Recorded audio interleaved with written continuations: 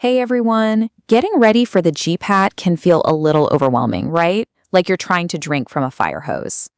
So in this explainer, we're going to cut through all that noise. We're doing a rapid fire review of 20 must-know concepts to help sharpen your memory and just give you that extra bit of confidence. Think of this as a super fast tour through the core of pharmacy.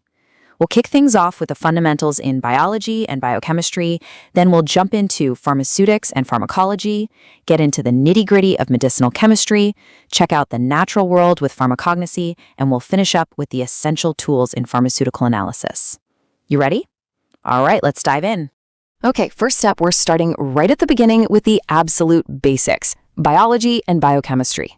Why? Well, because everything we do in pharmacy, from understanding how a drug works to explaining its side effects, it all starts right here, with what's happening inside the cell. So, first question, and it's a big one for the cell cycle, where does DNA replication happen? It happens during the S phase. Just remember, S stands for synthesis. That's the crucial moment when the cell is making a perfect copy of its DNA before it divides. Now let's talk vitamins. What happens if you have a niacin deficiency? That's vitamin B3. Well, it leads to a condition called pellagra, and this one is famous for what they call the 3Ds: dermatitis, diarrhea, and dementia. It's just a really powerful reminder of how important these little micronutrients are. Moving on to digestion. You know, it doesn't actually start in your stomach. It starts the second food hits your mouth, all thanks to salivary amylase. This enzyme gets right to work breaking down starch, kicking off carbohydrate digestion from the very first bite. And finally, when we talk about how fast enzymes work, the one thing you have to know is the Michaelis-Menten equation. This is the key formula that beautifully lays out the relationship between how fast an enzyme can work and how much substrate you give it. All right, so we've got the biobasics down. Now let's talk about actually making the medicine. And that brings us right into the world of pharmaceutics, which is all about turning a chemical compound into a medicine that's safe and actually works for a patient. For any controlled release drugs, the Higuchi equation is absolutely essential. It basically tells us that the drug release from a tablet is proportional to the square root of time. And that's how we can design those predictable, long-lasting medications. So here's a problem: the liver. It can break down a lot of a drug before it even gets a chance to work. That's first-pass metabolism. So what's the workaround? The sublingual tablet. By letting it dissolve under the tongue, the drug gets absorbed directly into the bloodstream, completely bypassing the liver. Pretty clever, right? Now, if you're making tablets, you need the powder to flow perfectly. So how do we measure that? We use the angle of repose. It's a really simple idea. The smaller the angle, the better the flow. Better flow means you get consistent, high-quality tablets every single time. And what about controlling that drug release? Well, a polymer like HPMC is a total game changer. Here's how it works. HPMC swells up in water and forms this gel barrier around the tablet, which means the drug has to slowly and steadily seep out over hours. Next up, we're diving into the heart of it all with core pharmacology. This is where we look at how drugs actually talk to the body on a molecular level to create their effects. You know how older NSAIDs can be tough on the stomach? Well, that's where a selective COX-2 inhibitor like celecoxib comes in. By only targeting the COX-2 enzyme, it can fight pain and inflammation with a much lower risk of causing those nasty stomach issues. When you think of Parkinson's disease, you have to think of levodopa. It's the main treatment. And the genius of it is that it's a precursor. It can sneak past the blood-brain barrier, and then it gets converted into the dopamine that the brain so desperately needs. You've definitely heard of beta blockers, but how do they work? Well, it's pretty straightforward. They work by blocking beta-adrenergic receptors in the heart.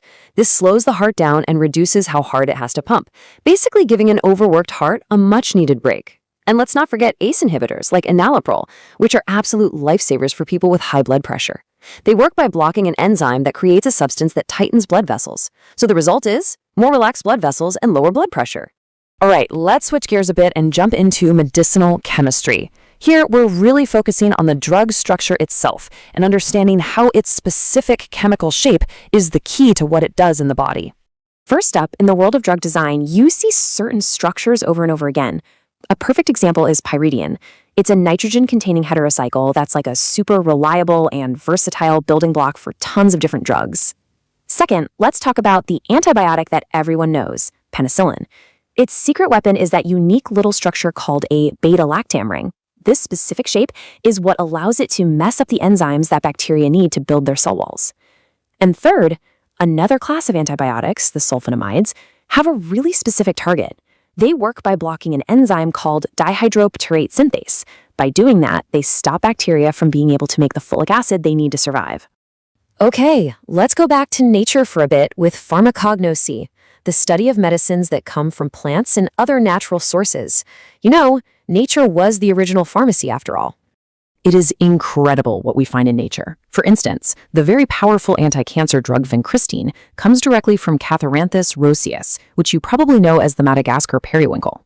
And even something as common as a spice has an important classification. Clove, which we love for its aromatic oil, belongs to the huge botanical family called Myrtaceae.